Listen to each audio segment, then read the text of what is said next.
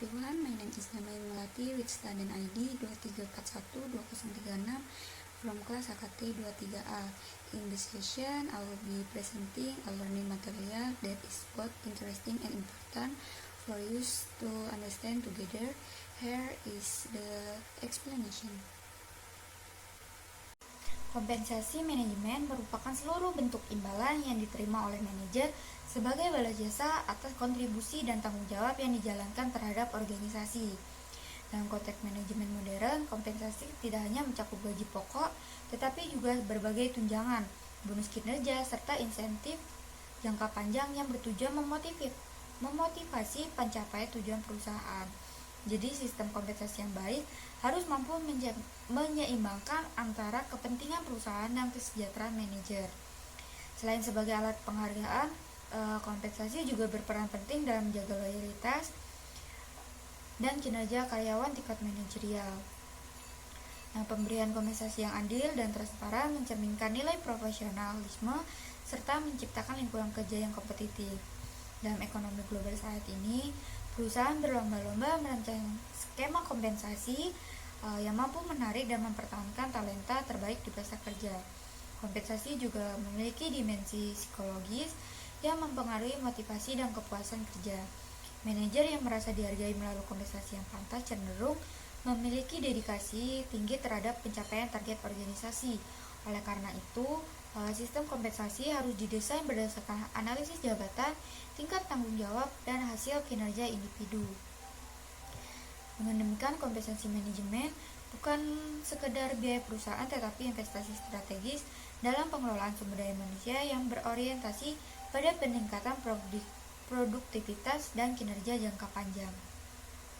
Tujuan utama kompensasi manajemen adalah memberikan penghargaan atas kontribusi, mendorong peningkatan kinerja, serta mempertahankan manajer kompeten di perusahaan. Melalui sistem kompensasi yang terstruktur, organisasi dapat mengarahkan perilaku manajer agar sejalan dengan sasaran strategis.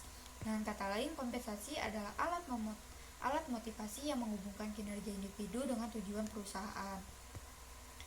Selain itu, kompensasi membantu perusahaan mencapai keadilan internal dan eksternal, di mana keadilan internal dicapai ketika manajer menerima kompensasi sesuai dengan tanggung jawab dan beban kerja.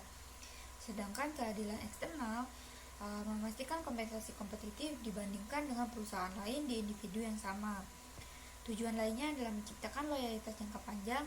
Kompensasi berbasis kinerja atau jangka panjang seperti saham dan opsi saham dapat menumbuhkan rasa memiliki terhadap perusahaan. Jadi hal ini itu mengurangi resiko turnover manajemen dan meningkatkan stabilitas organisasi. Dengan demikian, sistem kompensasi itu harus memenuhi 3 prinsip utama, yaitu adil, kompetitif, dan berbasis kinerja agar mampu mendorong efektivitas organisasi secara keseluruhan. Kompensasi manajemen ini terdiri dari 2 kategori utama, yaitu kompensasi finansial langsung dan kompensasi tidak langsung. Jadi kompensasi finansial langsung mencakup gaji pokok, bonus, insentif, dan pembagian laba, sementara kompensasi tidak langsung meliputi tunjangan kesehatan, pensiun, asuransi, cuti, serta fasilitas kendaraan atau perumahan.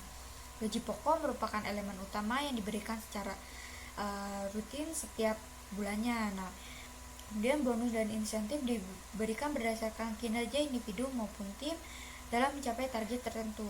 Jadi semakin besar kontribusi terhadap perusahaan, semakin tinggi pula kompensasi yang diterima. Selain aspek finansial, aspek non-finansial juga penting karena memberikan nilai emosional dan psikologis. Pengakuan, peluang karir, lingkungan kerja yang nyaman, dan pelatihan profesional termasuk dalam bentuk kompensasi tidak langsung yang dapat meningkatkan motivasi. Dengan kombinasi yang tepat aturan kompensasi finansial dan non-finansial, organisasi dapat menciptakan sistem penghargaan yang seimbang dan efektif dalam memacu kinerja manajemen. Sistem kompensasi harus berlandaskan asas keadilan, fairness, dan kelayakan equity. Kemudian prinsip keadilan menuntut agar setiap manajer menerima kompensasi sesuai dengan tanggung jawab, risiko, serta hasil kerja yang dihasilkan. Jika prinsip ini dilanggar, maka akan muncul ketidakpuasan yang menurunkan produktivitas dan loyalitas. Kemudian keadilan internal dapat dijaga dengan melakukan evaluasi jabatan secara objektif. Proses ini menilai bobot pekerjaan berdasarkan kriteria tertentu seperti kompleksitas tugas, keterampilan, dan dampak terhadap organisasi. Sementara keadilan eksternal memastikan besarnya kompensasi secara setara dengan standar industri. Jadi prinsip kelayakan juga penting karena menyangkut kemampuan perusahaan untuk membayar, dan kompensasi harus disesuaikan dengan kondisi keuangan perusahaan agar tidak membebani arus kas atau mengganggu stabilitas operasional. Dengan demikian, keseimbangan antara keadilan, kelayakan, dan daya saing harus dijaga agar kompensasi dapat berfungsi optimal sebagai alat motivasi retensi. Kompensasi berbasis kinerja adalah bentuk penghargaan yang diberikan berdasarkan pencapaian target tertentu. Nah, sistem ini tuh mendorong manajer untuk fokus pada hasil dan efektivitas kerja. Bukan hanya kehadiran atau lama bekerja, umumnya sistem ini menggunakan indikator seperti laba bersih, pertumbuhan penjualan, efisiensi biaya, dan kepuasan pelanggan. Melalui pendekatan ini, perusahaan dapat memastikan bahwa kompensasi yang diberikan memiliki korelasi langsung dengan peningkatan produktivitas. Hal ini juga membantu menciptakan budaya meritokrasi di mana prestasi menjadi dasar penghargaan.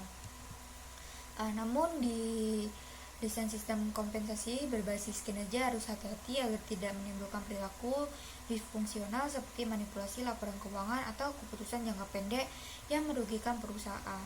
Jadi transparansi dan pengawasan menjadi kunci keberhasilan implementasi sistem ini. Jika diterapkan dengan baik, kompensasi berbasis kinerja dapat menjadi alat strategis untuk memperkuat hubungan antara kinerja manajer dan keberhasilan organisasi secara keseluruhan. Kompensasi jangka panjang diberikan untuk mempertahankan manajer kunci dan mendorong fokus pada pertumbuhan berkelanjutan. Bentuknya bisa berupa opsi saham, saham bonus, atau program pensiunan eksekutif. Nah, tujuan utama adalah menjelaskan kepentingan manajer dengan pemegang saham. Nah, program ini memberikan insentif agar manajer tidak hanya mengejar hasil jangka pendek, tetapi juga meningkatkan nilai perusahaan dalam jangka panjang. Dengan demikian, manajer terdorong untuk mengambil keputusan strategis yang berorientasi pada masa depan. Kemudian selain aspek finansial, kompensasi jangka panjang menumbuhkan rasa memiliki atau sense of ownership terhadap kepuasan perusahaan. Ketika manajer memiliki saham, maka kinerja perusahaan secara langsung berdampak pada kesejahteraannya sendiri. Kompensasi jangka panjang juga berfungsi sebagai alat retensi karena manfaatnya baru diterima setelah periode tertentu sehingga mengurangi turnover di tingkat eksekutif. Terdapat berbagai faktor yang mempengaruhi penentuan kompensasi manajemen. Di antaranya ukuran perusahaan, tingkat kompleksitas organisasi, kondisi keuangan, serta tingkat persaingan tenaga kerja di industri. Nah, perusahaan besar dengan tanggung jawab kompleks biasanya memberikan kompensasi lebih tinggi kepada manajemen.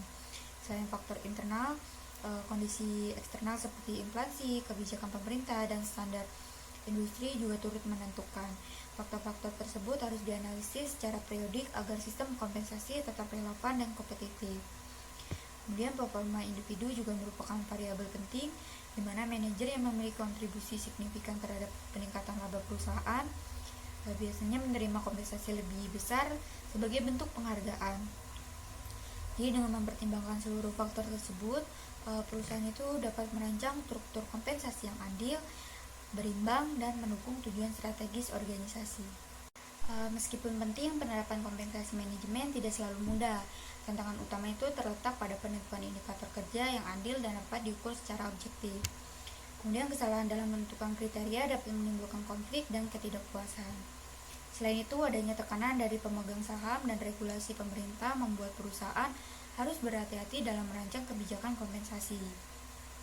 Keterbukaan publik terhadap kompensasi eksekutif juga menjadi isu sensitif yang dapat mempengaruhi reputasi perusahaan, di mana tantangan lain adalah menjaga keseimbangan antar kompensasi jangka pendek dan jangka panjang. Jika terlalu fokus pada insentif jangka pendek, manajer bisa mengabaikan keberlanjutan bisnis. Sebaliknya, jika jangka panjang terlalu besar, motivasi jangka pendeknya dapat menurun. Jadi dengan demikian, keberhasilan sistem kompensasi bergantung pada kemampuan perusahaan mengintegrasikan prinsip keadilan, transparansi, dan keberlanjutan dalam kebijakannya. penelitian menunjukkan bahwa kompensasi manajemen memiliki hubungan signifikan dengan kinerja organisasi. Sistem kompensasi yang efektif dapat meningkatkan motivasi inovasi dan produktivitas. Sebaliknya, kompensasi yang tidak adil akan menurunkan moral dan kinerja tim. Jadi, hubungan ini mencerminkan teori motivasi seperti teori harapan atau yang disebut dengan ekspektasi teori dan teori ekuitas atau equity teori, yang menyatakan bahwa individu akan bekerja lebih baik jika merasa usahanya dihargai secara proporsional.